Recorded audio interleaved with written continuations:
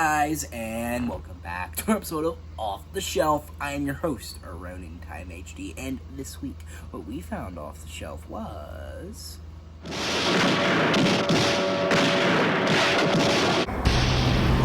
What happened to John Grant? Now drink it down! What's wrong with you?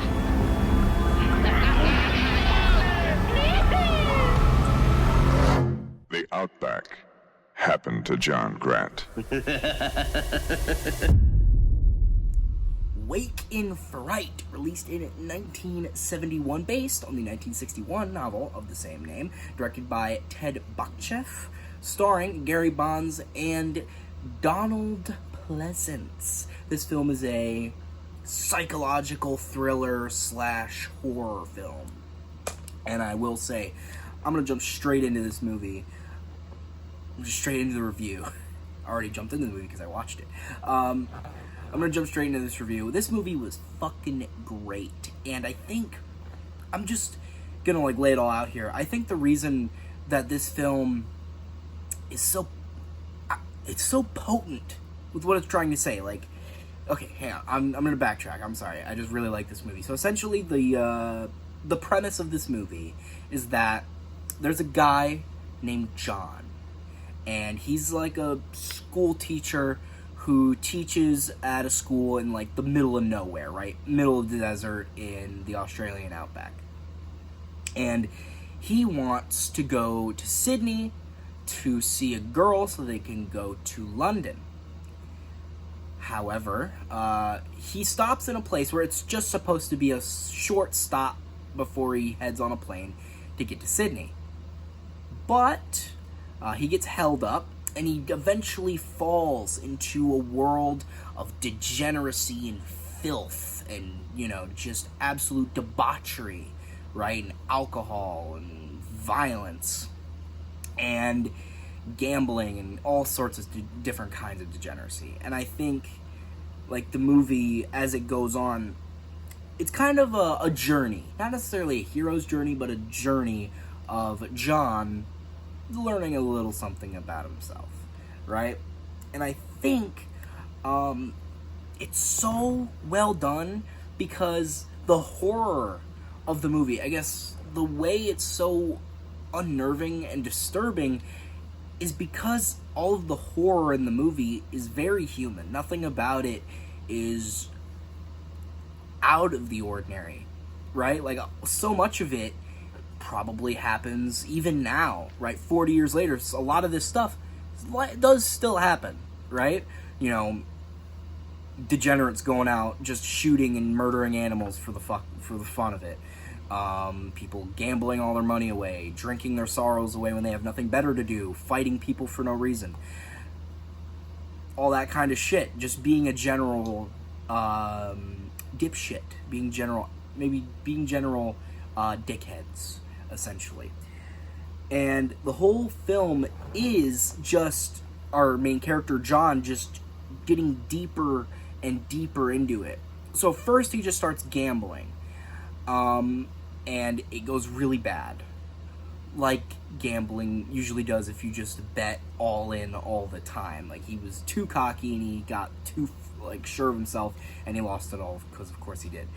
But then he meets some bad people who are just, they're poachers, but general alcoholics, just kind of bums, somewhat, right? They kind of just don't really do anything. They kind of just sit around and laugh and drink and fight each other, right? They don't really do anything, right? And Donald Pleasance's character, the Doc, or just Doc, he is a perfect example of just the levels that it can reach. Because he has friends who are also degenerates, but I guess they're not as big of a bum and lowlives as the Doc is. Because he lives in a ramshackle, piece of shit shack in the middle of nowhere.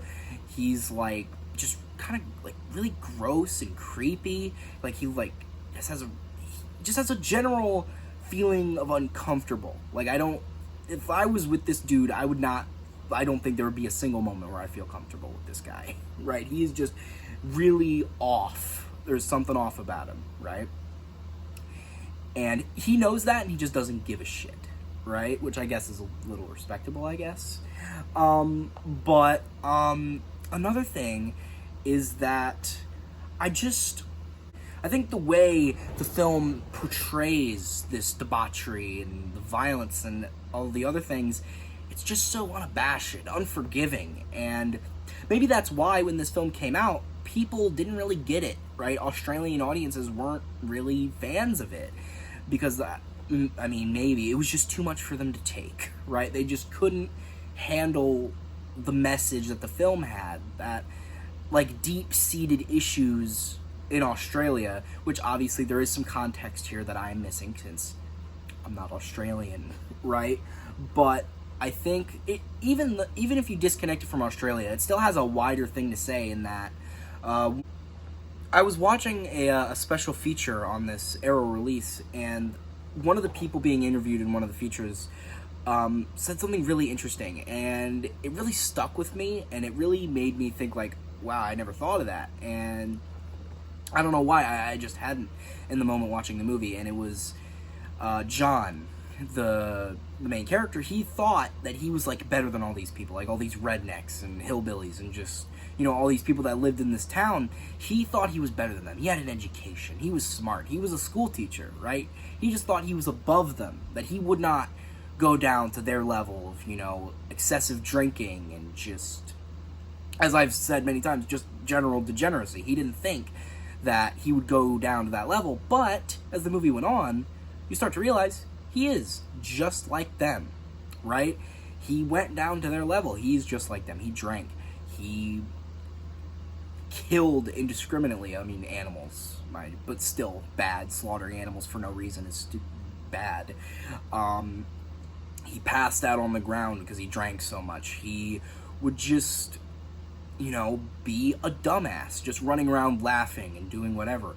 I think one thing I really like is because usually in a story like this, a character being corrupted by, like, you know, like evil, bad characters, usually those evil characters would, you know, be threatening to the main character, or they would have a general feel of unease, and they do have a general feel of unease, but it's in a different way. They're not threatening the main character, they're having a smile on their face, and they're laughing, and they're yucking it up, and they're laughing, right? And they're having a great time, but underneath that, it's just, I mean, it's just vile. It's horrid what they do, but they do it with a smile on their face, and they're laughing, and they're drinking, and having a great time, and that's kind of the mask that they wear that kind of coerces John into going along with it, because he thinks they're all having a great time. There's nothing wrong with it, necessarily, to him anyway, in the moment, because he's just chilling with his friends.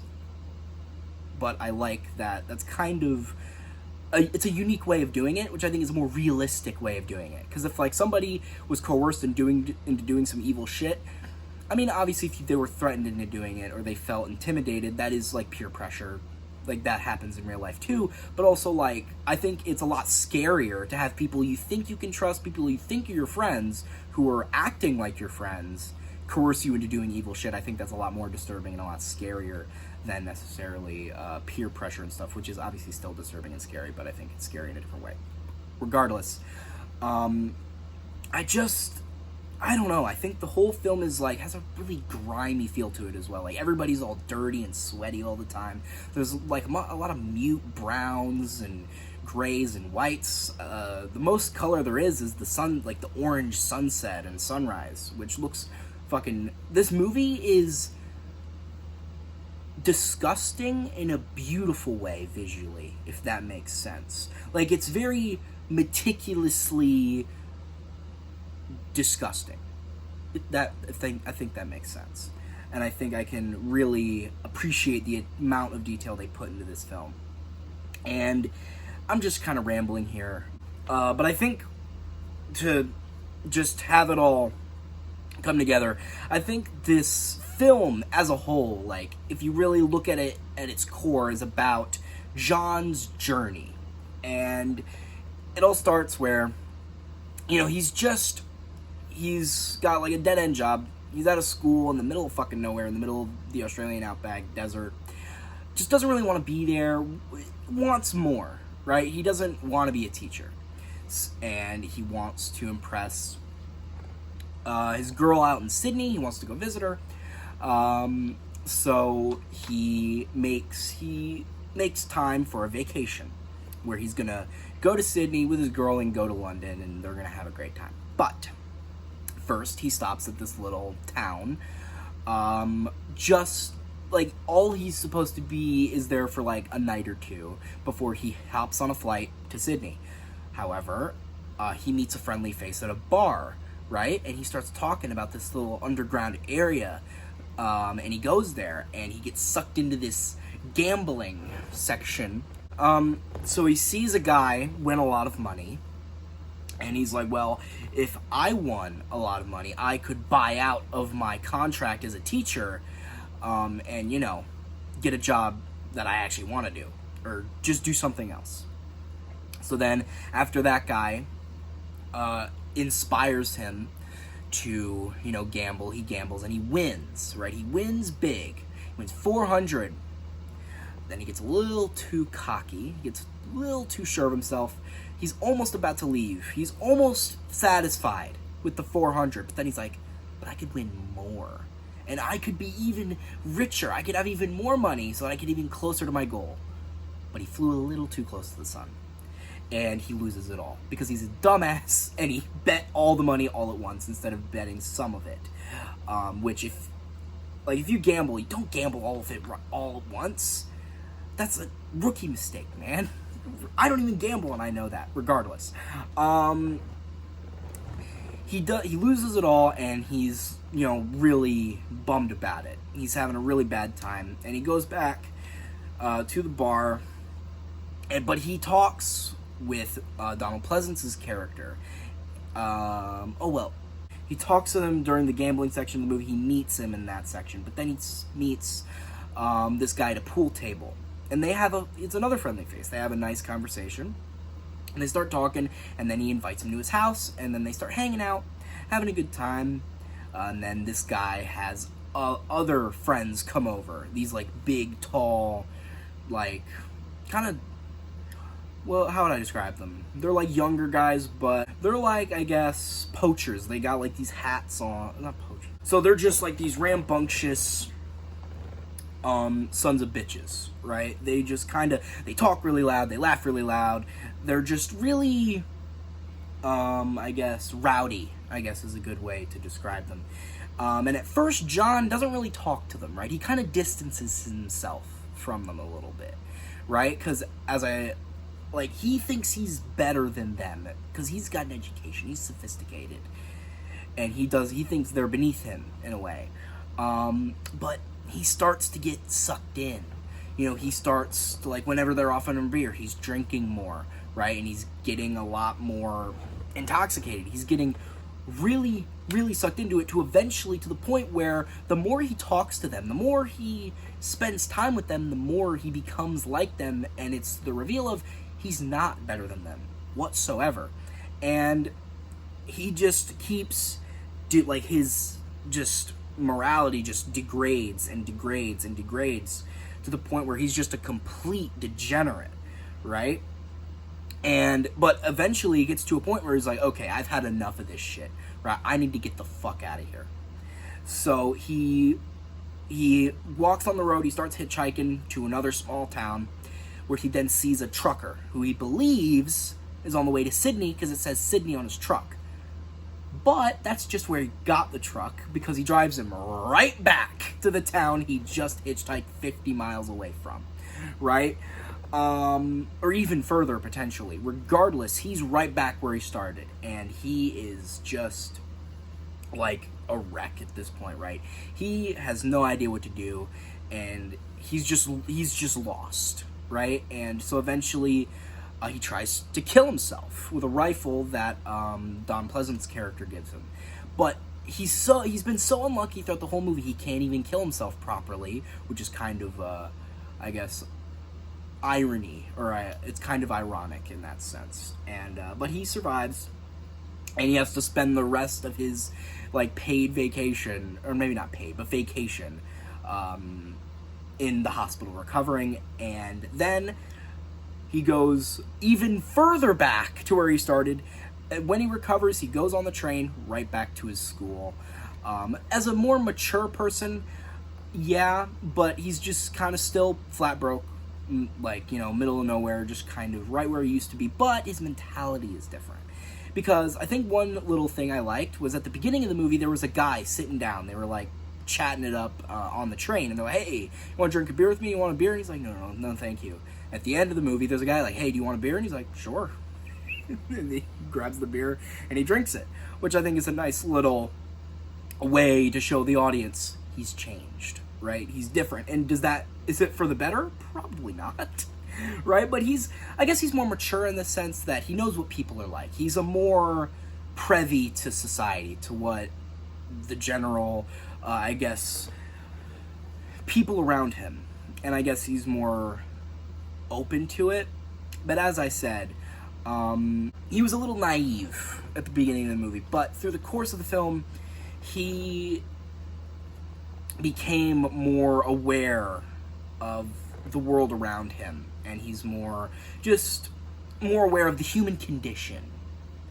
And I think that the movie, I really like, now the more I think about it, like that parallel with the beginning of the guy offering the beer at the beginning with the train and the guy at the end of the train, that scene, great parallels. Love that. It's a great way of telling the audience that he's changed without directly telling you that he's changed. I think that's a great little moment.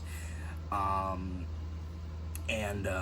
also just like his descent to madness, his descent into debauchery. I just think it's so well done. And I love, as I said, I love the arc he goes through. And it's kind of like an anti-arc, because he goes from being a decent guy into a complete degenerate, right? Into a complete, just terrible guy.